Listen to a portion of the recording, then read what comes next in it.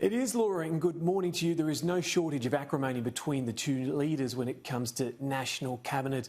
In fact, the New South Wales Premier has described her mortification at the idea that Queensland might open its border to Victoria before Greater Sydney. In fact, she's even called the idea cruel and spiteful.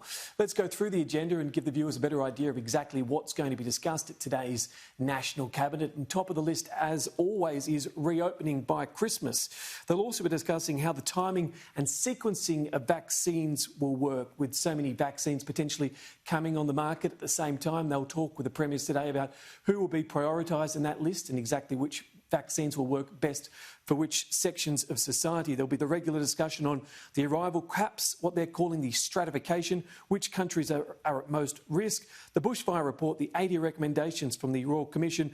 They'll talk about giving the Commonwealth more power to intervene and the rapid deployment of the ADF. We'll have also the National Federation reform. That's a discussion working on an agenda for economic reform going forward.